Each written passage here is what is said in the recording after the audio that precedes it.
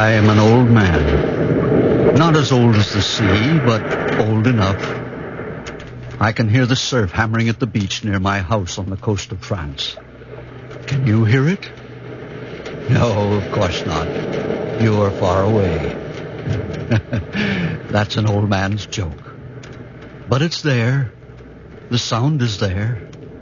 It's the sound of a people who are waiting for you. The Nazis cannot hear anything in the silence of the sea, nor do they understand what this silence means. And they do not understand what the surf says to us as it comes into the beach over and over again. No, they do not understand that it says to us, be patient, be silent, be of good heart. We in America are coming to help you. America is coming to help you. America is coming to help you.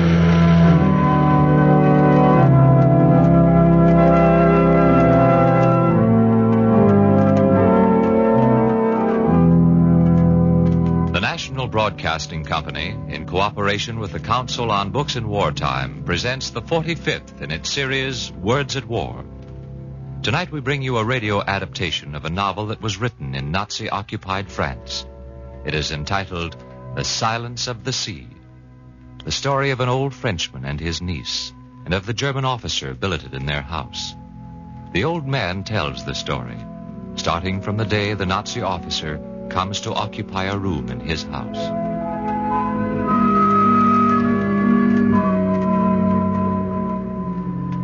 I remember it was night, but not very cold. All that November it was never very cold. My niece had just brought me my coffee. Coffee helps me to sleep, as she did every evening. I was sitting in the back of the room in comparative darkness, facing the door. My niece looked at me and put down her cup. I kept mine in my hands. My niece went to the door. The Nazi officer, tall, massive, stood in the doorway. If you please. He seemed to be gauging the depth of the silence that awaited him. Then he came in. My name is Werner von Ebrenack. I'm extremely sorry. My niece was leaning against the wall, looking straight in front of her. I didn't get up. The silence deepened like a live thing between us. It had to be done, of course. I would have avoided it if I could. I will do my best not to disturb you. The silence was unbroken. It grew closer and closer like the morning mist. It was thick and motionless. The immobility of my niece, and for that matter my own, made it even heavier. Turned it to lead. The officer stood without moving, till at last I saw the beginning of a smile on his lips. I could go up to my room now, but I don't know the way. My niece turned, went up the stairs, and the officer followed her. I noticed that he was lame in one leg. I heard him going up the stairs.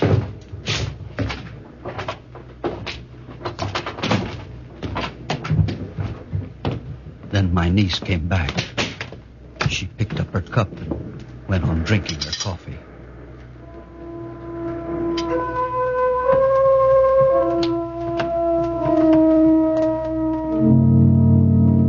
The next evening, he came back at the same time as before. I'm afraid I'm disturbing you. If you would rather, I will come in through the kitchen, then you can keep the door locked. I wish you a very good night.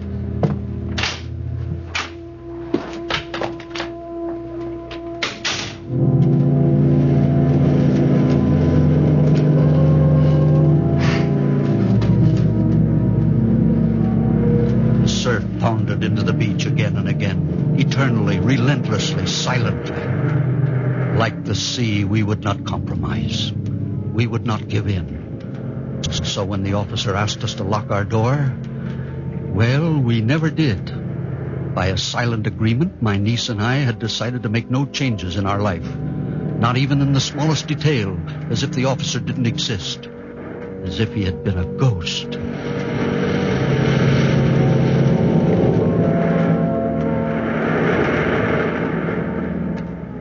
For a long time, for more than a month, the officer came back at the same time, and the same scene would take place. He would talk. We would sit there in our living room, as if he were not there. Then he would bow and say, I wish you a very good night.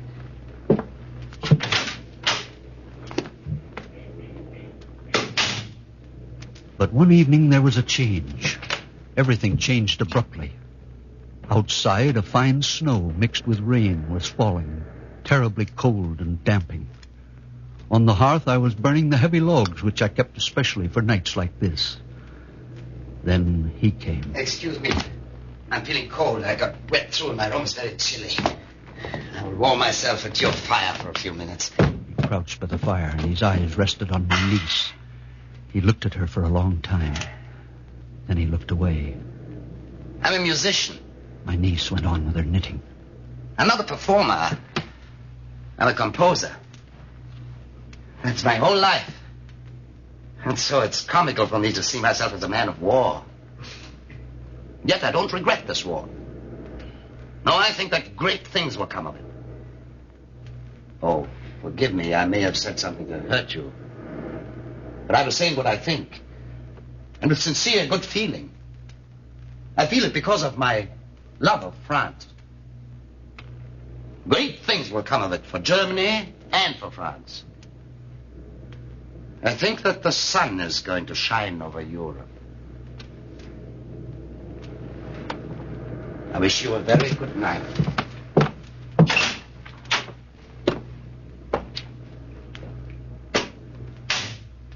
From that day, his visits took on a new shape. Very rarely indeed did we see him in uniform. He used to change first and then knock on our door. Then he would come in without waiting for the answer which he knew we would not give. He would warm himself by the fire, and then he would talk of all the things that obsessed his mind. Then he would be silent, bow to us, and wish us a good night. One day he said, What is the difference between the fire and my home, this one here, and the books on the shelves there? Why am I so fond of this room? It's not particularly beautiful.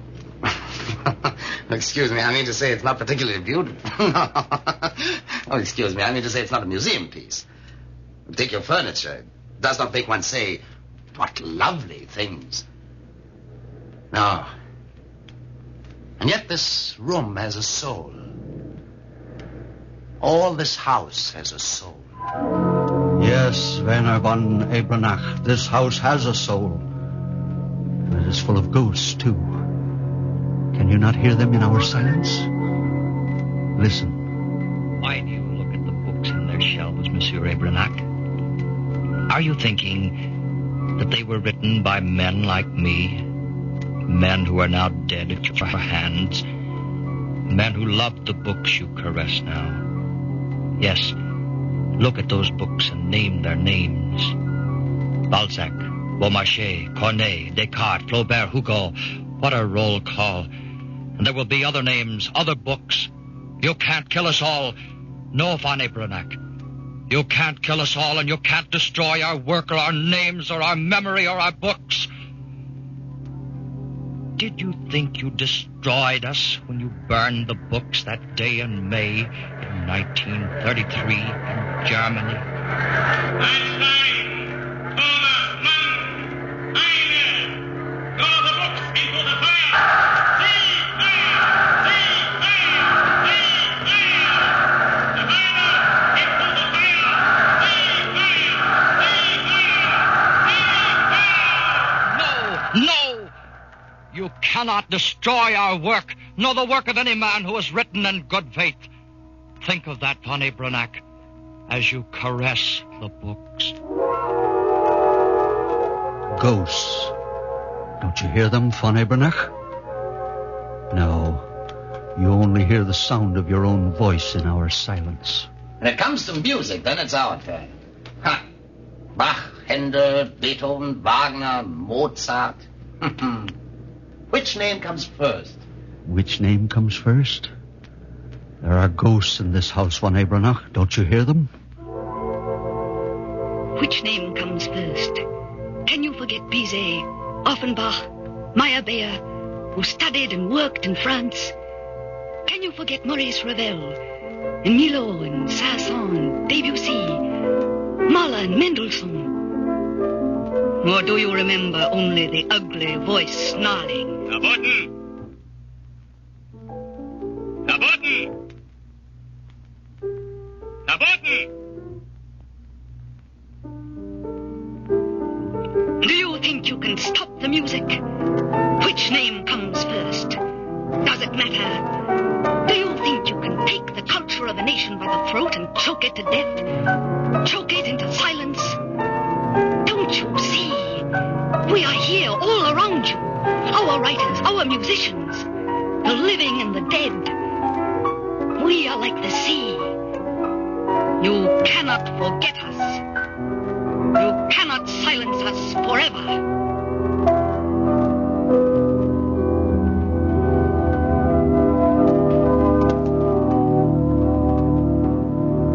Ghosts.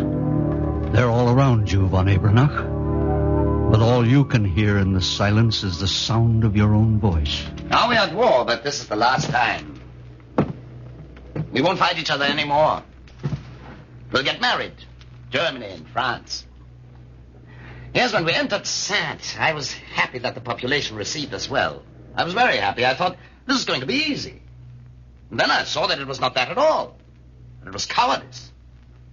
Oh, I despise these people. And for France's sake, I was afraid. I thought, has she really got like that? Oh, no. I have seen her since. Now I'm happy at her stern expression. He was looking at my niece, at her closed, obstinate, delicate profile. She continued knitting, and he continued his monologue. I'm happy to have found here an elderly man with some dignity. And a young lady who knows how to be silent. We've got to conquer the silence. We've got to conquer the silence of all France. I'm glad of that. Conquer this silence? Perhaps you have forgotten the day, von Abernach, when the hostages were ordered to the square to listen to a speech. But we have not forgotten. Honey! Are you all right? Pierre, they hurt you. Oh, Pierre. No, we have not forgotten.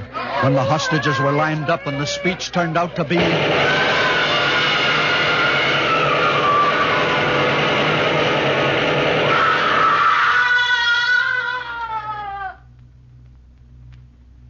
Conquer such a silence? The next day, and many days like them, at the funeral.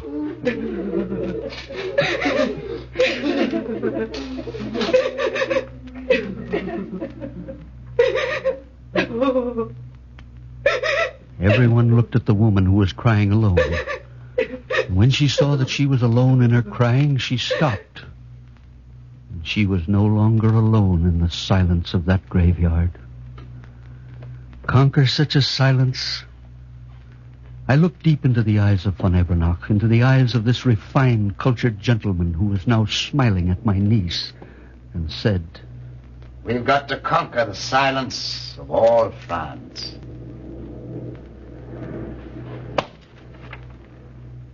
I wish you a very good night.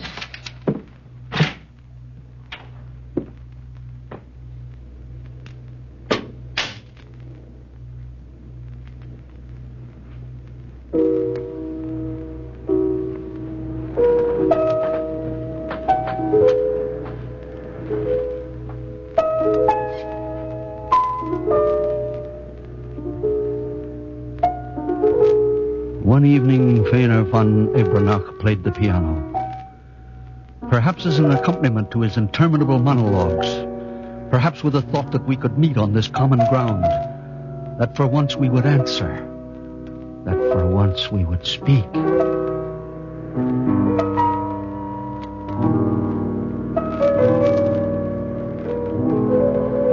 There's nothing greater than that music. Yes, it's inhuman music. Bach. He could only be a German. Our country has the character. That inhuman character. I mean by inhuman, that which is on a different scale to man. I thought to myself, Inhuman, yes. And I knew what I meant by inhuman. That kind of music, I love it. I admire it. It overwhelms me.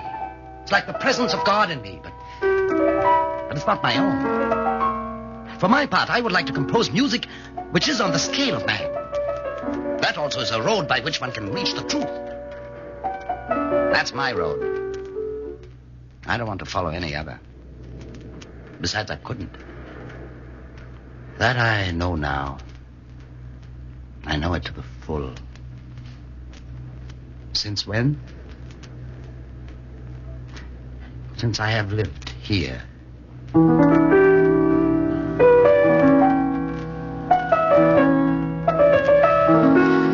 Now I really need France. But I ask a great deal. I ask a welcome from her. I looked at my niece. She pulled her eyes away from him as if with a great effort and busied herself with her knitting.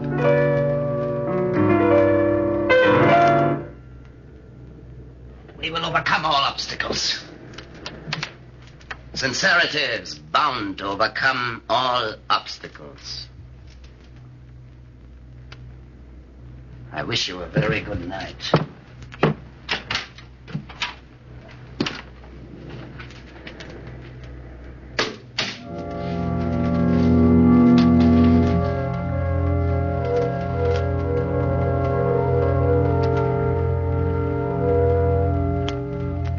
I can't remember today everything that was said during the course of more than 100 winter evenings, but the theme hardly ever varied.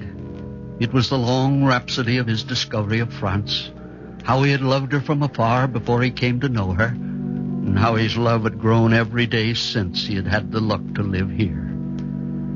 He would often talk about the politicians of the Nazi Party. He would say that they were gross, cruel, sadistic, hard. Then he would say... But they are in France now. France will cure them. I'm going to tell you the truth. They know it. They know that France will teach them how to be really great and pure in heart. But for that, we must have love. He held the door open for a moment, and looking over his shoulder, he gazed at my niece's neck as she leaned over her work. At the pale, fragile nape of her neck where the hair went up in coils of dark mahogany. And then he added in a tone of quiet determination. Yes. For that we must have love. A love which is returned. Then he turned his head and the door closed on him as he rapidly uttered his evening formula. I wish you a very good night.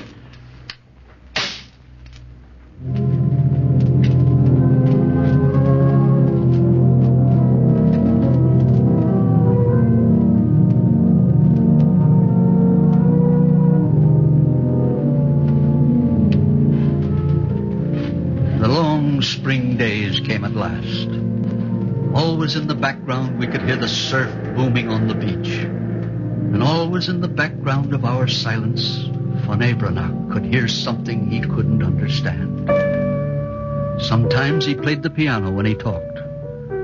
Sometimes he would pause and cock his head like a dog who hears something strange and far away, as if he were trying to hear something in that room in which the three of us sat night after night. One night, he said, I feel sorry for the men of Vichy. A leader who has not his people's love is a very miserable little puppet. But there had to be someone who would agree to sell his country. Because today and for a long time to come, France cannot fall willingly into our open arms without losing her dignity in her own eyes. Often the most sordid go-between is thus at the bottom of the happiest union. Well, the go-between is none the less contemptible for that, nor is the union less happy. Well, I'm going away to Paris for a few weeks. I expect to see my friends there. I'm sure that many of them will be there for the negotiations which we are conducting with your politicians to prepare for the wonderful union of our two countries. So I shall be, in a way, a witness to the marriage. I want to tell you that I'm happy for the sake of France, whose wounds will thus be so quickly healed. But I'm even happier for Germany and for myself. No one will ever have gained so much from a good deed as will Germany by giving back to France her greatness and her liberty. I wish you a very good night.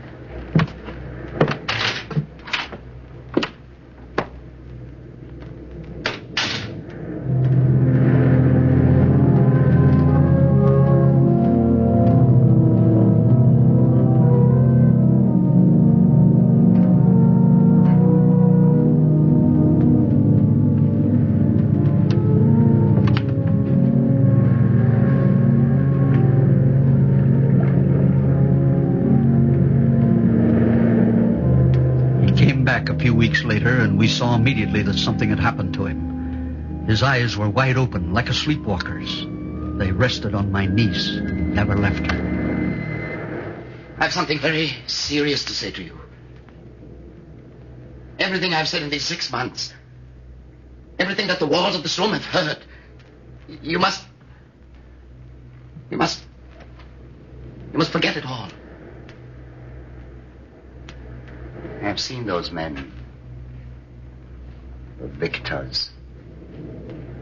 I've spoken to them. They laughed at me. They said to me, Oh, von Heavenrod. Politics aren't a poet's dream. What do you think we went to war for? For the sake of their old marshal? We are neither madmen nor simpletons. We have the chance to destroy France, and destroy how we will. Not only her material power, her soul as well. Particularly her soul. The soul is the greatest danger. That is our job at the moment. Make no mistake about it, my dear fellow. We'll turn it rotten with our smiles and our consideration. We'll destroy France forever. there's no hope. No hope, no hope, no hope. They were rather angry with me. They said... There you are, you see? You see how infatuated you are with her, with this France. There's the real danger. But we'll rid Europe of this pest. We'll purge it of this poison. They've explained everything to me. Oh, they've not left me in the dark about anything. They're flattering your writers. And at the same time, in Belgium, in Holland, in all the countries occupied by our troops, they've already put the bars up. No French book can go through anymore except technical publications. Manuals on refraction, or formulas for cementation. Works of general culture. Not one. None whatever. Nothing, nobody. Not Proust, not Bergson, not all the others. Yes. They will put out the light altogether. Never again will Europe be lit up by that flame. Never.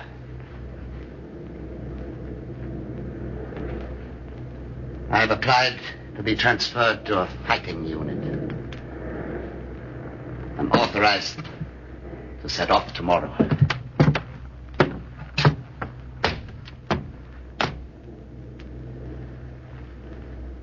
I wish you a very good night.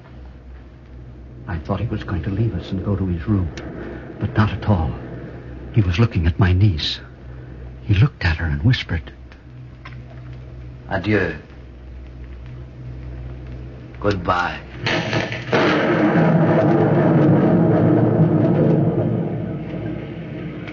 He did not move. He remained quite motionless. And in his strained and motionless face, his eyes were the most strained and motionless things of all. For they were bound to other eyes. Too wide open, too pale. The eyes of my niece. That look between them lasted and lasted. How long? Lasted right up to the moment when at length the girl moved her lips. Boehner's eyes glittered. I heard... Adieu.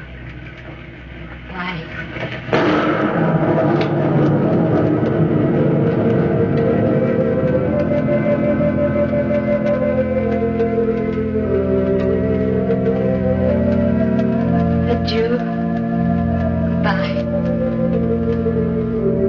could not have heard the word if one had not been waiting for it. But at last I did hear it. Von Abernack heard it too, and he drew himself up, and his face and his whole body seemed to relax as if they'd taken a soothing bath.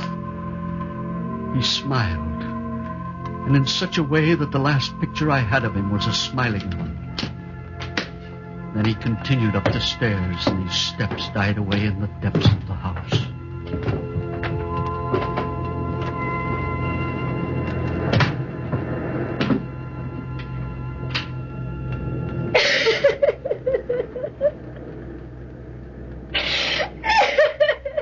Why do you cry? I am sorry for him. And for the civilized men who are sorry.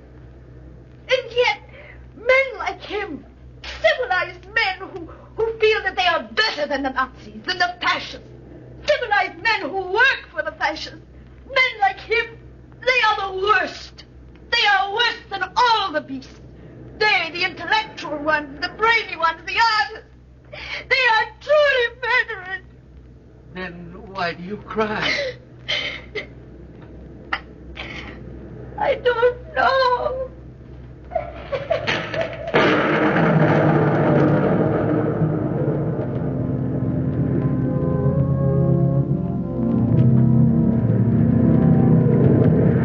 The surf booms in.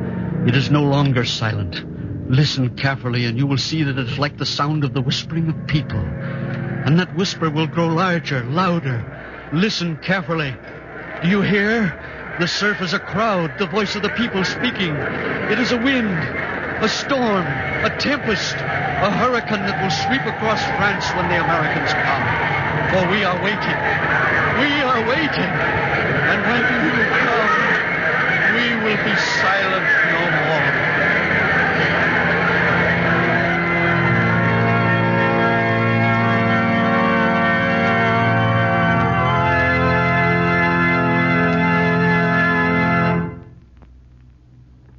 As the 45th program of the Words at War series, we have presented The Silence of the Sea by Vercors, translated from the French by Cyril Conley. The radio adaptation was made by Lawrence Mencken. Rod Hendrickson played the old man, Peter Capell was Werner von Ebernack, and Charlotte Holland played the niece. Others in the cast included Eleanor Sherman, Jay Wesley, Barry Kroger, and Martin Brandt. The music was arranged and played by William Meader at the organ and Arthur Balsam at the piano. The entire production was under the direction of Anton M. Leader.